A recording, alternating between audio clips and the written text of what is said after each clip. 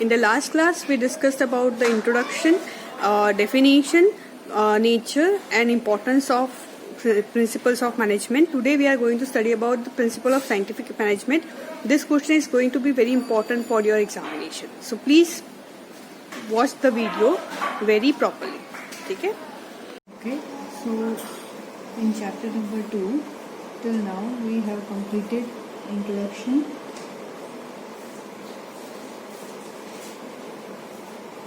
of the topic, introduction of principle of management. Then we completed the concept of principle of management.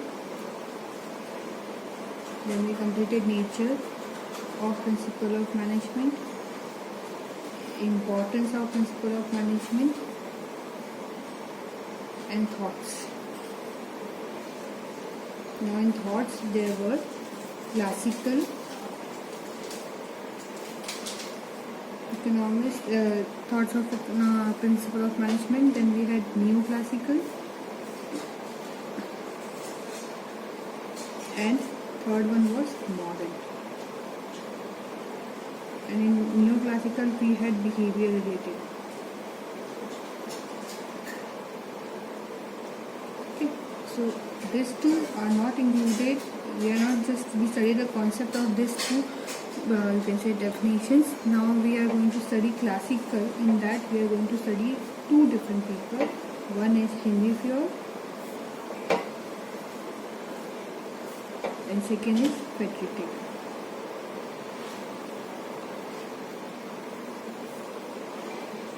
Okay, Henry Fayol gave 14 principles and Frederick Taylor gave scientific principles.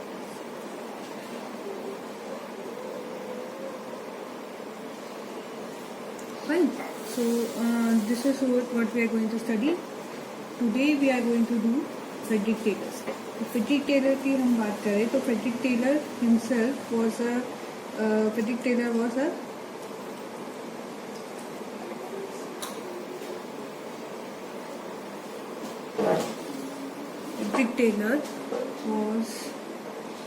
born on, उसकी birth date है पुरानी लिखी हुई. He was born on 20th March 1956 in Philadelphia. ठीक है. Initially he took law, but he was not quite interested in law, so he left law and then he pursued engineering, part-time engineering. मतलब रात को वो engineering करते थे और दिन में job करते थे. Part-time engineering he did. He believed he was a, you can say, he good observer.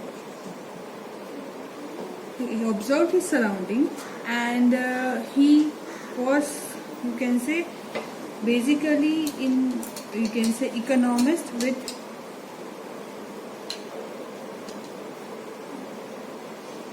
scientific viewpoint.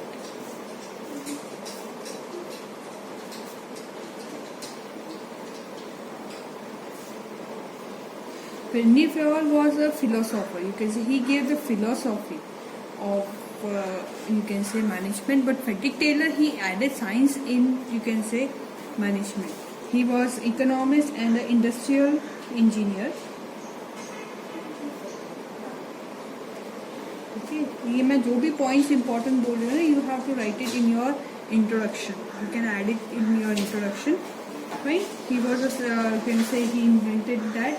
Then from 1898 to 1901 he worked for Bethlehem Steel Company.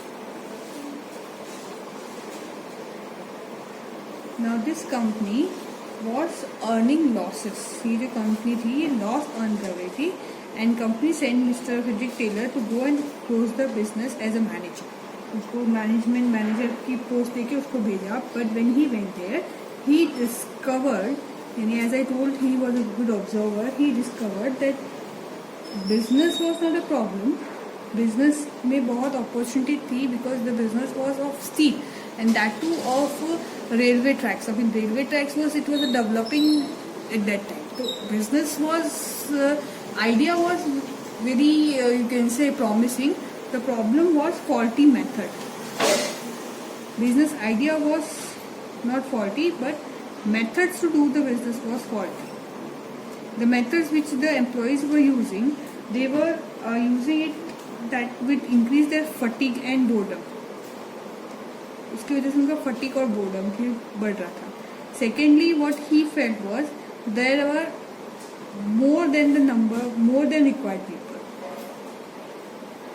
मतलब जहाँ पे जरूरत है उससे ज्यादा लोग हैं, तो जितने ज्यादा लोग उतनी ज्यादा सैलरी हमको पे करनी पड़ रही है. So what he did is, first thing he did is he took people on the basis of the specialization. आपके अंदर कुछ स्पेशल है, if you have some special knowledge, efficiency, then you will stay in the organization, otherwise you will have to leave the organization.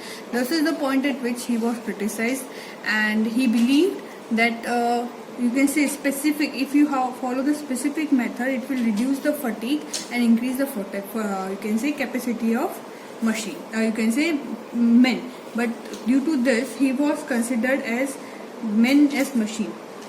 Yeah, it was considered that his thought considers men as machine. So these are the points at which he considers men as machine. He believed in specialization, due to which you can say number of people lost the job, more than required people, you can say wo add. So all this created problem for him, but still his theory was quite prominent. Initially his theory was not so you can say popular because it was in French, but when his book was translated in English and world came to know about his new method, it became, you can say, like it was sold, his books were sold like a hot cake, and he became very famous. Okay, so this is all about his initial thought process. What is his definition of management? उसकी जो definition of scientific management क्या है उनकी, as per Frederick Taylor. It is very important, all of you, please write it in your notebook. आगे के जो मैंने points बोले, दैट उसमें से जो अच्छे पॉइंट्स आपको लगे वो आप अपने इंट्रोडक्शन में ऐड कर सकते हो, पर ये तो होना ही चाहिए. Frederick Taylor said about what is scientific principle. Important is meaning of scientific principle.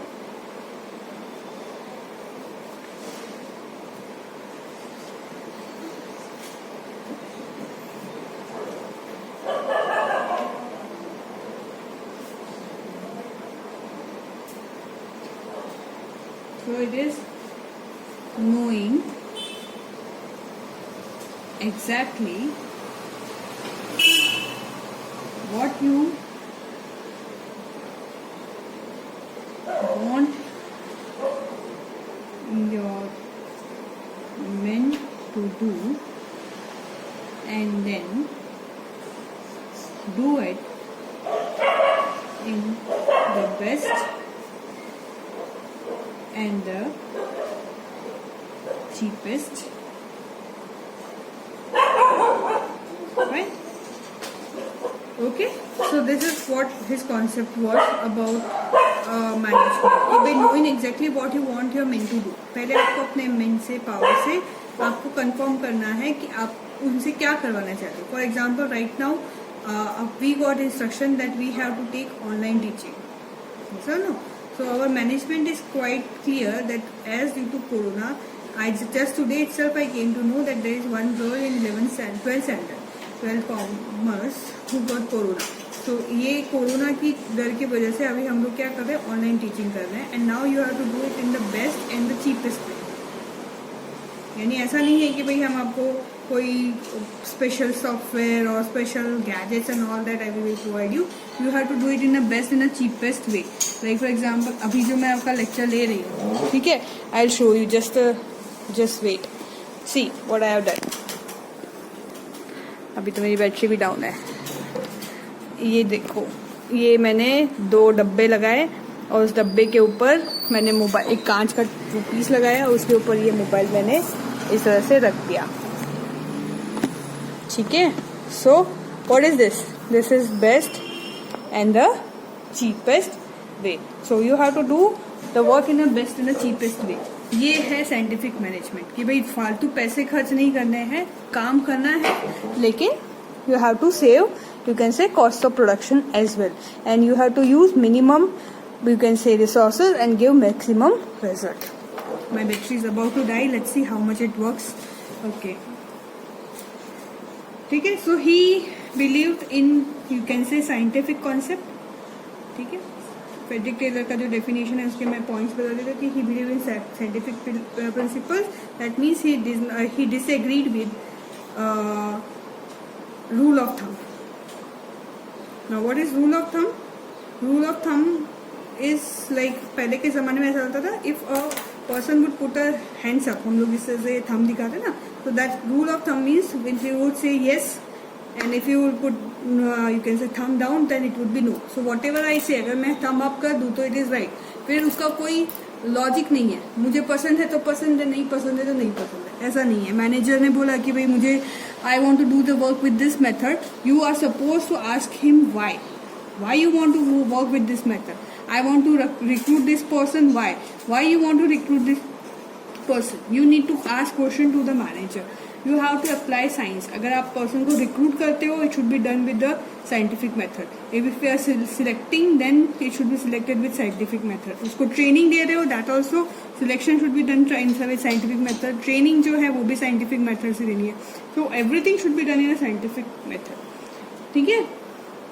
You have to use tried and tested methods. जो try और test हुई है वही चीजें आपको अप्लाई करनी है. ठीक है. जैसे for example law of gravitation, it is tried and tested, so that kind of thing should be applied. Okay.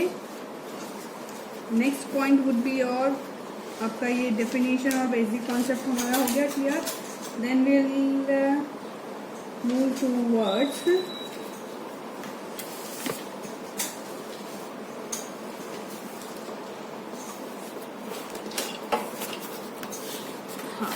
definition हो गया, ये हो गया. Now we'll move towards what things are considered in his method. First is definition के नीचे दिया हुआ है, every person should be assigned work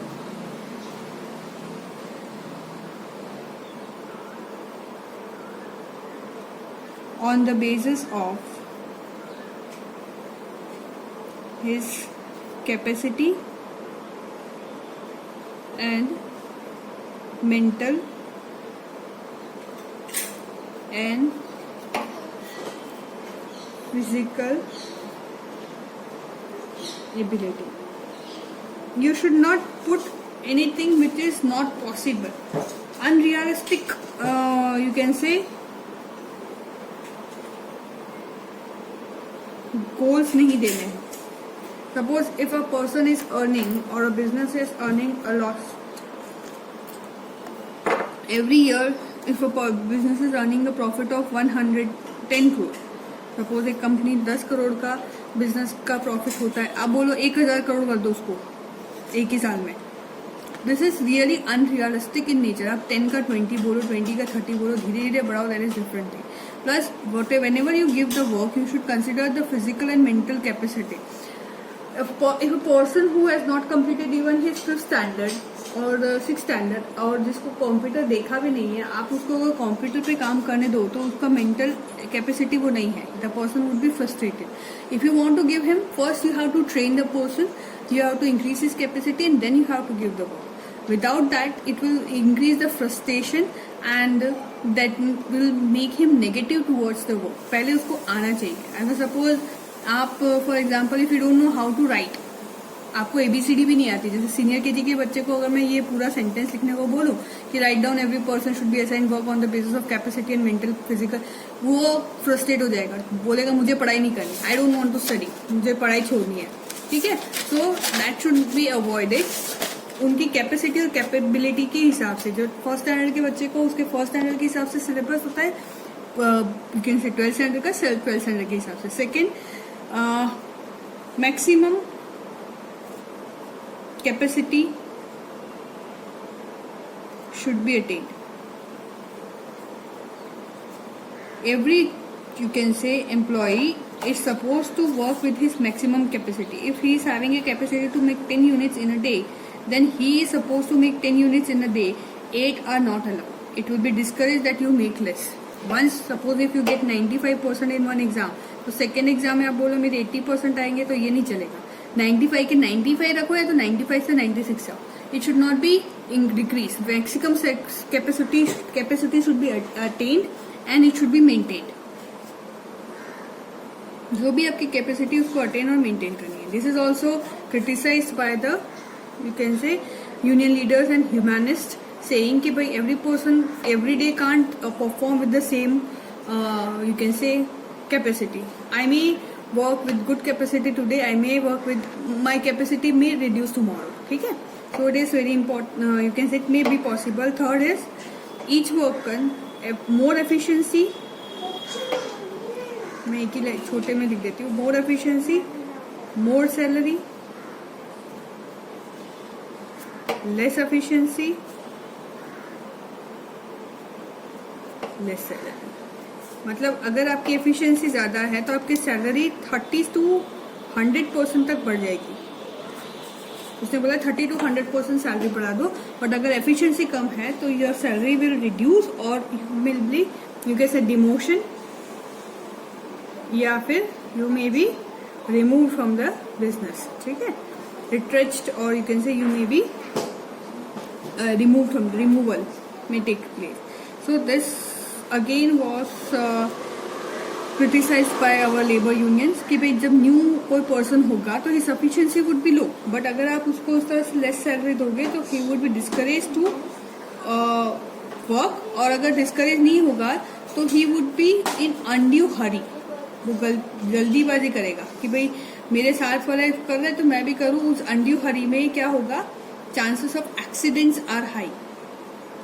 ठीक है, उसका एक्सीडेंट हो सकता है, उसको मेंटल स्ट्रेस हो सकता है. It can cause mental stress for a person. So all this humanist concept was ignored by Frederick Taylor. That was a thought process of many economists and many management gurus. But what he says that we are here to earn profit, and to earn profit we cannot compromise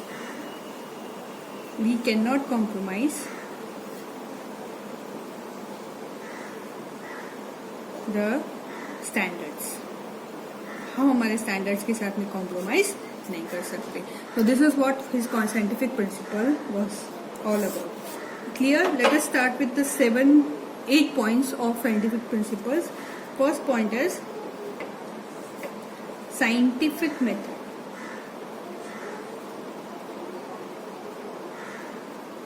I was selected in the school. For that I first gave written exam. अपनी school में select होने के लिए पहले मैंने written exam दी थी. Then I was called for a interview. ठीक है, रिटन एग्जाम के बाद में मुझे इंटरव्यू के लिए बुलाया. After interview my you can see demo lesson was taken. After taking demo lesson I work for 6 months with fix पे, फिक्स सैलरी. मेरी फाइल ग्रैंड में नहीं डाली गई थी. 6 months में. उसके बाद में seeing my performance I was selected. ठीक है, तो this is what, this is the process of scientific selection. Written exam दी, इंटरव्यू दिया, इसमें मेरा कॉन्फिडेंस और वो सब जब जज किया, फिर मेरा डेमो लिया बच्चों के सामने. बच्चों को जब मैं चली गई तो बच्चों को पूछा. जब भी डेमो लेसन होता है ना, we tell you to be don't disturb the teacher. ठीक है, वो ऑलरेडी इतना टेंशन में होता है. तो उसके तो this is what it should be done, not on the basis of that I am daughter और सन और सन इन लॉ और सम XYZ पर्सन.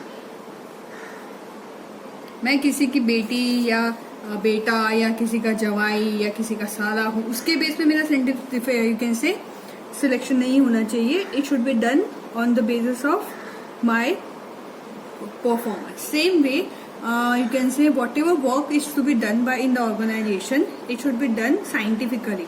Recruitment है, selection है, training है, methods है, जो भी है, it should be scientific. It should not be on the basis of whims and fancies of the manager. कि भाई manager ने बोला कि rule of thumb नहीं, should be you can say should not be applied over here. ठीक है. Second is planning and implementation.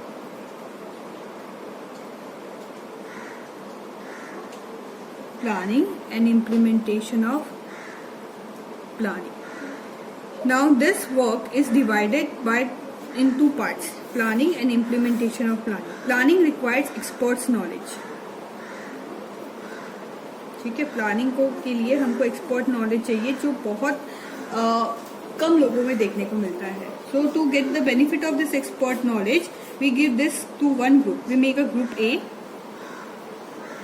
that is your top level of management, and second will be your group B, that is your middle and bottom level of management. So you divide both the things. Why we do this thing? So that first of all, when we do both the things, we would get overburdened.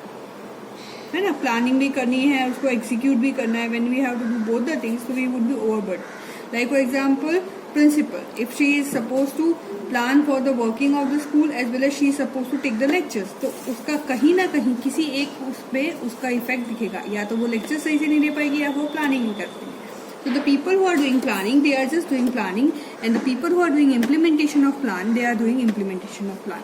This will reduce the workload. This will help them to get the benefit of specialization and concentrate on their, you can say, main, you can say, आपका जो aim है उस पर वो concentrate करने के लिए, it will help you to do that.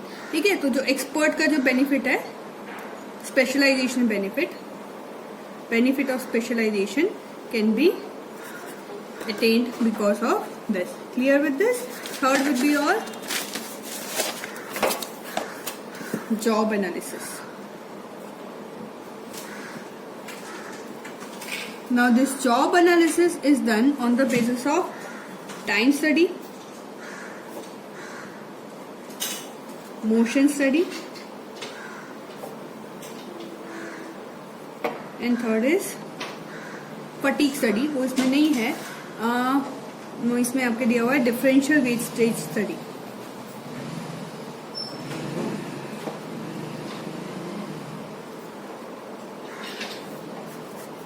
ठीक है. It is done on the basis of time study, motion study and differential wastage study. ये वो नहीं है. और एक है फटीग स्टडी.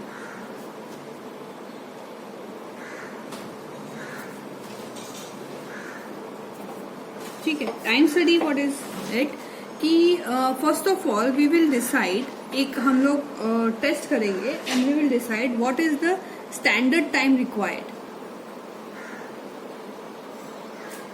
जैसे for example your examination paper, so we consider that 3 hours is the standard time required to complete the paper.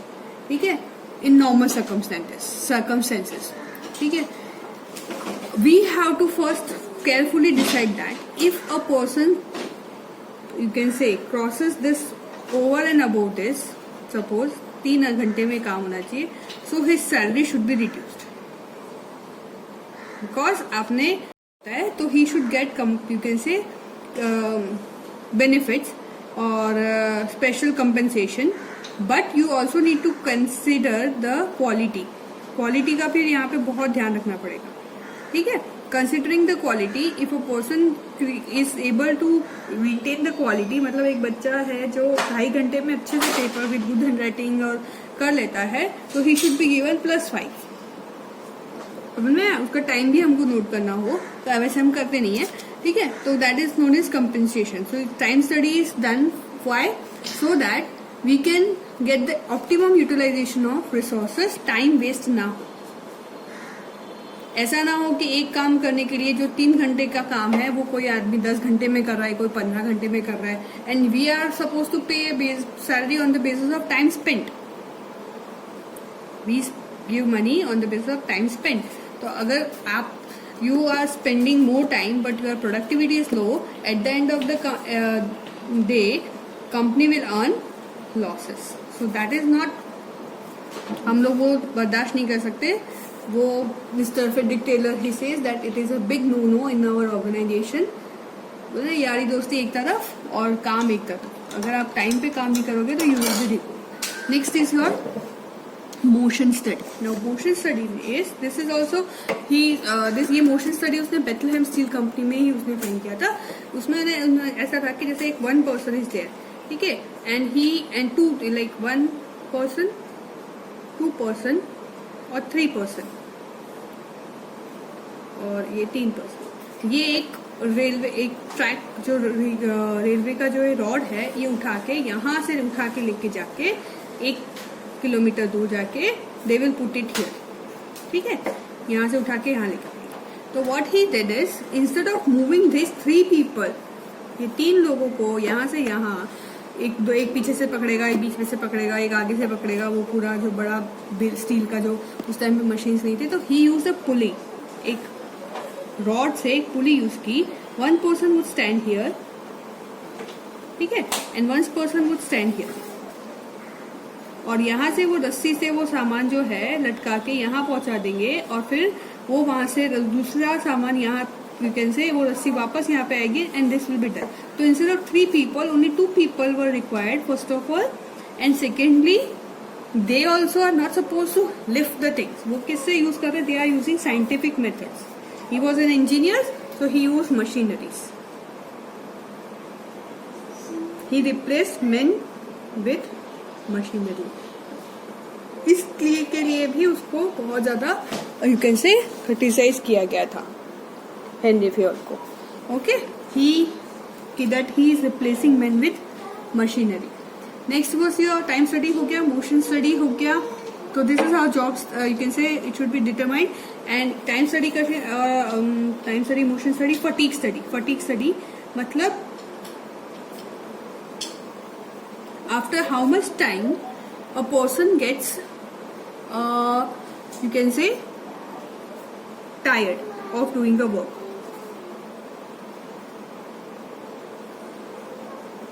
ठीक है, तो you need to give him them the break. मतलब आपको जो है 4 लेक्चर के बाद में एक ब्रेक मिलता है ना, अभी तो इतना लंबा ब्रेक हो गया कि बस ब्रेक का कोई एंड ही नहीं है।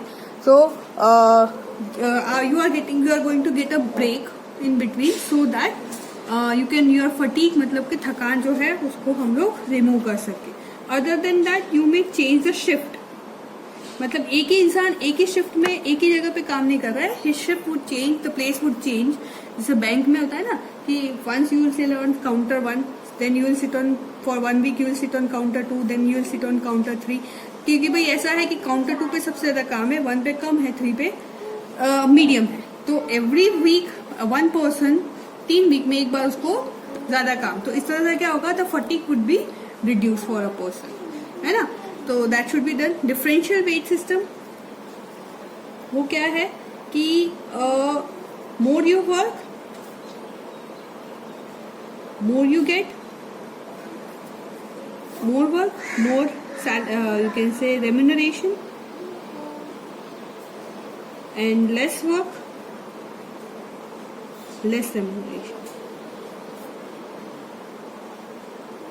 ठीक है, so this is the your you can say differential rate study।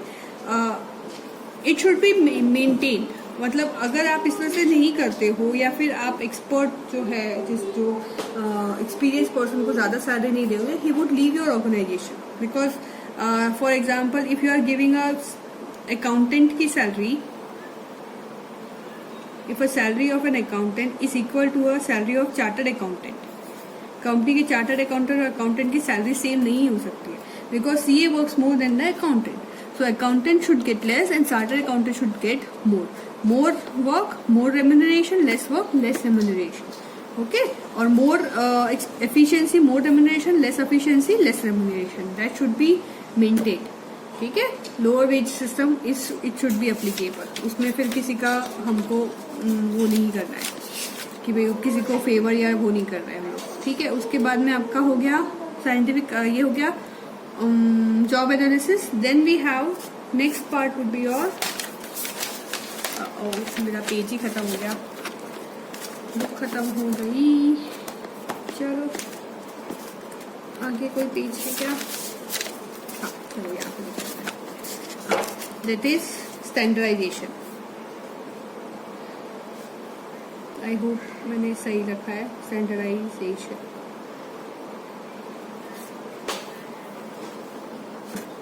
Standardisation का मतलब क्या होता है? Once you have to, first of all you have to determine the standard. जैसे फॉर एग्जाम्पल एप्पल कंपनी, उसने एक स्टैंडर्ड बनाया हुआ है अपने प्रोडक्ट का कि भाई मेरे जो प्रोडक्ट होंगे वो भले हाईएस्ट प्राइस के होंगे but it will have certain qualities. ठीक है, तो you have to maintain the standard of product.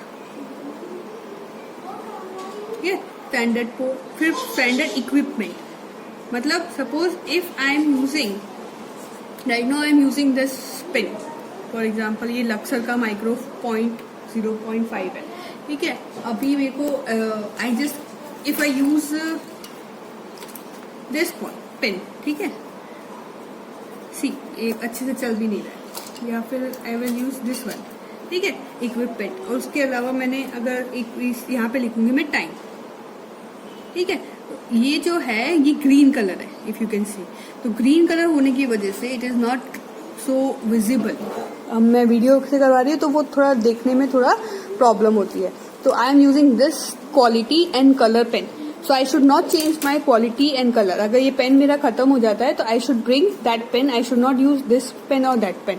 So I should be using the same equipments. Then we have time. आपके आने का और जाने का जो टाइम है ऑर्गेनाइजेशन में, इट शुड बी फिक्स्ड. ऐसा नहीं कि आज आप 1 घंटा आए, tomorrow you will come for half an hour, then you will come for 2 hours. So standard time of coming and going and standard time of production. जो मैंने आपको बताया था ना, जैसे एक पेपर लिखने में 3 घंटे चाहिए, ये यूनिट बनाने में आधा घंटा चाहिए. तो आपका टाइम का जो स्टैंडर्ड है you have to maintain. Situation of work. Situation of work. Right now I am writing making this notes on a dining table. मेरे घर का जो डाइनिंग टेबल है उसके ऊपर मैं ये नोट्स बना रही हूँ.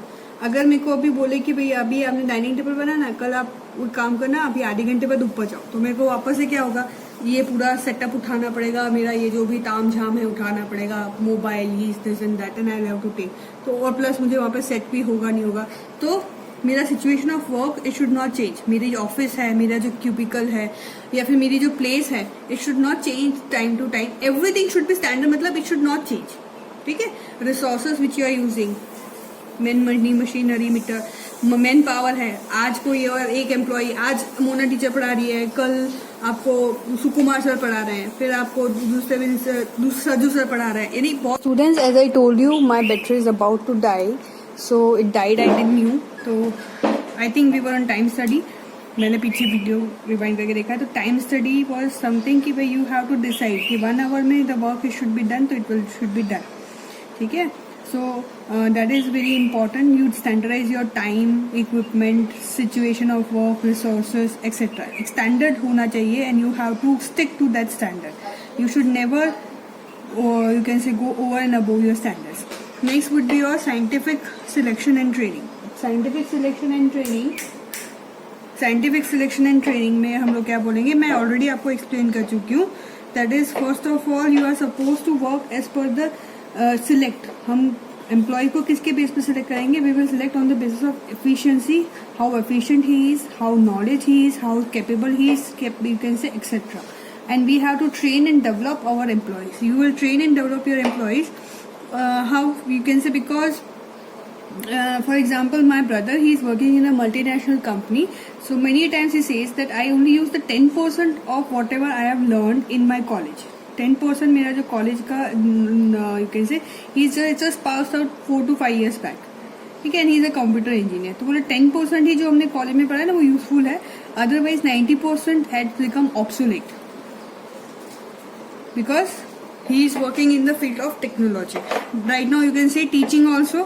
This is the new method of teaching. So you have to select the person on the basis of, now अगर जो teachers है, those teachers who are not qualified with computers, so it would be difficult for them to teach nowadays. Impossible नहीं है but difficult है. So you need to train the teachers with computers. You need to train teachers with the new methods of teaching and everything. Okay, so proper training and proper selection. सबसे पहले तो select ही हमें अच्छे, you have to select the best and you can say capable.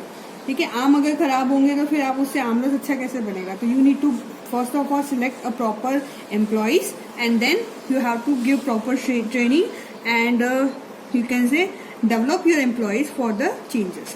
Next is your financial motivation.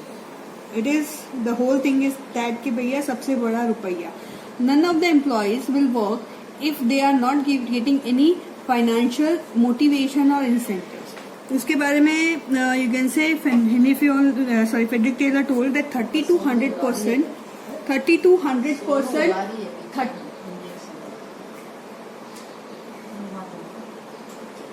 100% of the you can say wages should be increased. 30 to 100% wages हमको increase करनी है of the employees so that they can you can say give you better returns, financial, and more you work, more you get. ठीक है, less you work, less you get. That should be your you can say aim. Next is 7th is your economical. आप जो भी method use करते हो it should B cost effective. Your method should not increase the you can से your it should not increase your cost of production. For example from Mumbai Ahmedabad तो बड़ौदा जाने के लिए बहुत सारे मीन्स है. You can go by road, है ना. बाय रोड जाएंगे तो it will cost me may be 1000 rupees आने जाने का जो भी है. By bus if I'll go, so it will cost me 200 rupees, and by you can say plane if I'll go, it will cost me maybe 2000 rupees, and अगर chartered plane लूंगी तो it may cost me 5000, you can say 10,000 rupees. So what is the best way? Road. Why? बस से जाऊंगी तो it will also waste my time also. So I would go by roadways. खुद का vehicle लेके I will go. Plane से भी नहीं जाऊंगी, एक मैक्सिमम महंगा हो जाएगा. चार्टर तो फिर बिल्कुल भी नहीं लूंगी. तो I should choose the method which will save my time as well as my money. ठीक है, तो I will take whatever you choose, it should be economical in nature. ठीक है, you should always find out the best way and always you should learn from your mistake. Always you should control your cost wherever you feel. Waste cost control कैसे होगी? Reduce wastage. We need to reduce the wastage. आपको employees को ये बता देना है कि you are suppose to work with this much of raw material. आप उसको एक रॉ मटेरियल दे दोगे. If you use more than this amount of raw material then it will not be tolerated. ठीक है, एक level of you can say wastage होता है. 10 to 20% आप बोल सकते हो कि 10% का आप वेस्टेज कर सकते हो. But if the wastage increase to 20% you will have to pay from your own pocket. So you have to make rules and regulations for you can say employees. आपको अपने employees के लिए rules and regulations you can say determine करने हैं. ठीक है, तो financial motivation is to be given to the employees for sure. Okay, then only they will work. And you need to मैं financial motivation पे नहीं थी, economical पे थे. तो cost estimation and you can say deviation it should be reduced. Last but not the least, mental revolution. Mental revolution में मैंने जो स्टार्टिंग में ही आपको इंट्रोडक्टरी पार्ट में बताया था कि वर्कर्स और ओनर्स के बीच में you can say we should have harmony. है ना, you should not consider each other as your enemy. You should have you can say owner should trust your workers and workers should you can say trust the owners. Owners should give profit share. हमको workers के साथ में profit share करना है and workers should give their benefits.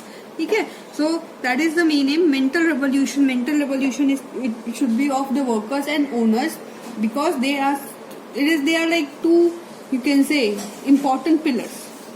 है ना, for example two tyres of a cycle. अगर एक पंचर हो गया तो क्या होगा? दूसरा काम कर पाएंगे? हमको उसको साइकिल को घिसनी पड़ेगी. तो दो टायर के जैसे हैं. दे के not you can say move without each other. We need each of them. Workers को ओनर के एम्प्लॉय वर्कर्स की जरूरत है. एंड अगर वो मेंटल रिवोल्यूशन अगर ओनर्स और वर्कर्स का हम अचीव कर पाए बाय प्रॉपर गाइडेंस एंड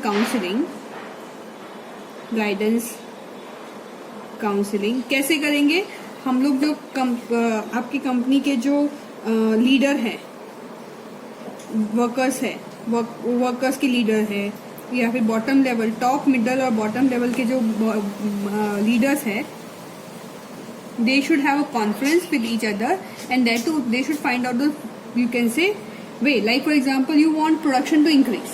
अगर आपको प्रोडक्शन इंक्रीज करना है तो what is the way? Increase production तो इंक्रीज वर्किंग आवर्स. तो उसका एक सॉल्यूशन ये रहेगा कि भाई you have to work 6 hours in a day, and if you work for 7th hour you get double salary. So it is beneficial for both. Employees के लिए कि भाई उनको डबल सैलरी मिल रही है, ओनर के लिए क्योंकि उसका प्रोडक्शन बढ़ रहा है. तो वो जो एक्स्ट्रा सैलरी का जो कॉन्सेप्ट है for extra time extra salary, that should be applied. तो ये किसके लिए बेनिफिशियल है? For both of them. So this kind of policies should be applied in the organisation. ठीक है. तो this is all about your principles of management by Frederick Taylor. I already explain time study, motion study and differential wage rate study. फिर भी एक बार बता देती हूँ. Time study का मतलब क्या है? You have to first determine time taken. एक स्टैंडर्ड टाइम टेकन लिखना है, standard time taken. And standard time taken में you have to, you can say, determine कि भाई नॉर्मल सिचुएशन में कोई सपोज ये काम करने में 3 घंटे लगते हैं और अगर कोई पर्सन 2.5 hours में करता है तो ही शुड गेट इंसेंटिव्स. और अगर कोई 3.5 घंटे में करता है तो he should get, you can say, reduction in his salary. ज्यादा टाइम लोगे तो आपको सैलरी कटेगी. ठीक है. तो टाइम स्टडी इट शेयर्स कि you should optimum, that will optimum make the optimum utilisation of all your resources. Next is your motion study. तो मोशन स्टडी क्या है? Undue motion it should be reduced. It will reduce, अगर हम motion reduce करते हैं तो it will reduce fatigue, boredom and physical stress. अगर हम लोग अनड्यू स्ट्रेस रिड्यूस करते हैं, वो मोशन कैसे रिड्यूस करेंगे? With the help of use of machinery. ठीक है. बहुत सारी चीजें हम लोग with the help of machinery करके we can reduce the, instead of using your, you can say walking, you can use you can say bus, और you can say transportation by machinery can be done. ठीक है. जैसे अपन आपको 5th floor पे जाना है तो instead of using stairs you may use lift.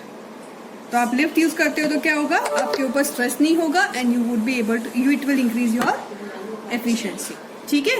तो use machinery and reduce your motion and that will reduce your fatigue and increase your capacity to work. Differential wages system एक बाकी रह गया हो तो बता देती हूँ. डिफरेंशियल वेजेस सिस्टम वो होता है, आई थिंक पेजेस भी खत्म हुए हैं. हाँ. डिफरेंशियल वेज रेट सिस्टम ये है कि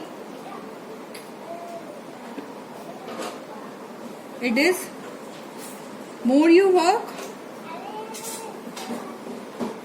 more you earn, less you work, less you earn. ऐसा नहीं कि आप 5 घंटे ऑफिस में बैठे हो और आपको सेम सैलरी. जैसे गवर्नमेंट एम्प्लॉइज का होता है ना कि भाई जितने घंटे ऑफिस में बैठो, काम भले कुछ ना करो, भले बैठ के आपने मोबाइल पे गेम खेल रहे हो, यू विल गेट सैलरी. ऐसा नहीं होगा. At the end of the day we will check your productivity. आपने कितना काम किया. गवर्नमेंट एम्प्लॉयज की प्रोडक्टिविटी नहीं देखी जाती, आवर्स देखे जाते हैं. But he says that you should check the productivity. And if your productivity is high, your salary is high. If your productivity is less, your salary is less. ठीक है. So that is to be maintain. ठीक है. This is your differential wages system. In between my mobile just से उसकी battery खत्म हो गई थी, तो अगर कोई पॉइंट छूट गया हो, आई डोंट नो, तो you just ask me the question. I hope everything is clear to you. Now for your today's question homework आपका ये रहेगा, explain the scientific principle of management